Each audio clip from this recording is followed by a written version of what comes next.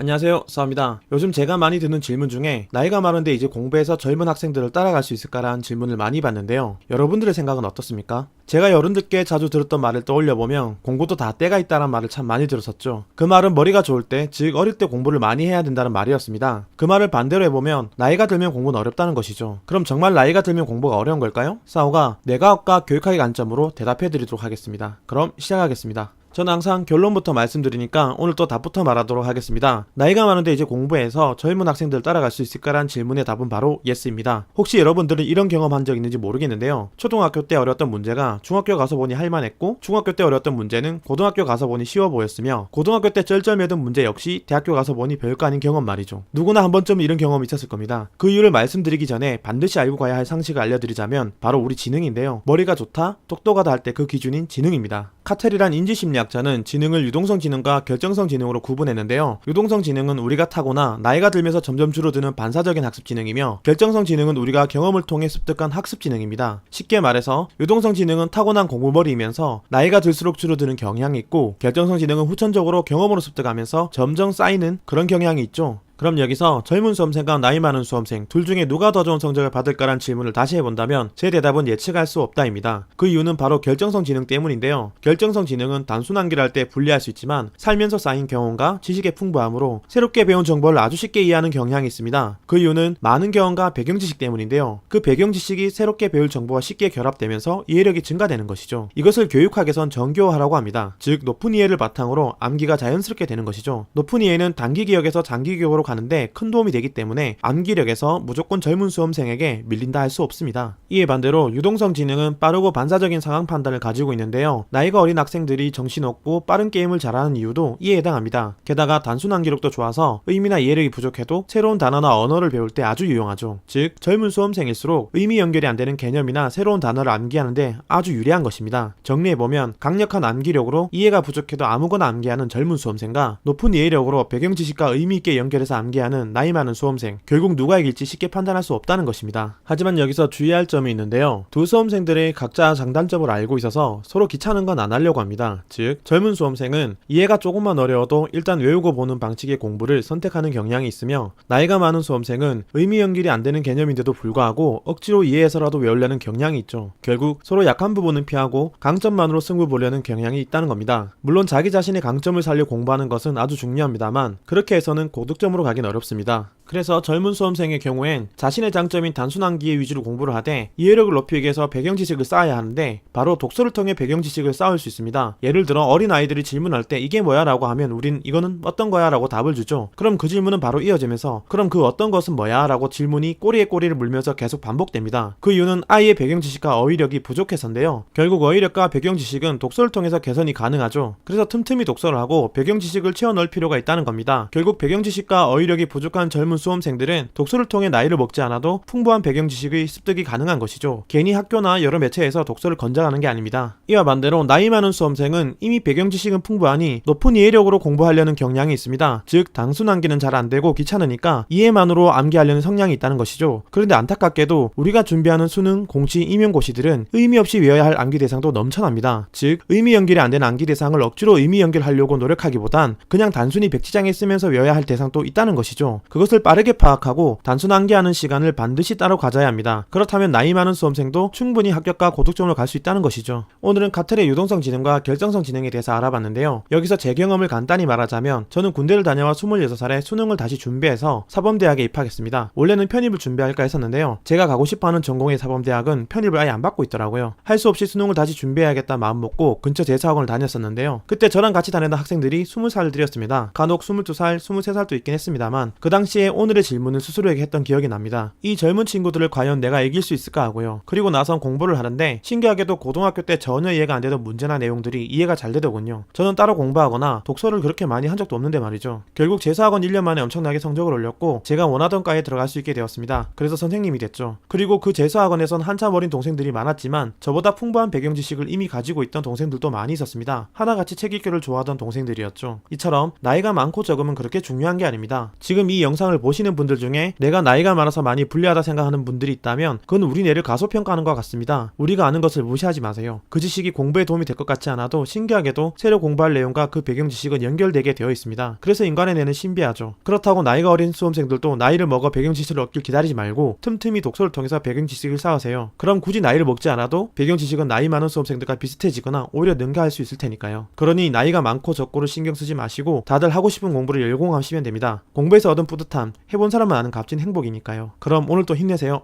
구독과 좋아요는 사오를 더 좋은 영상을 만들게 합니다. 이상 사오였습니다.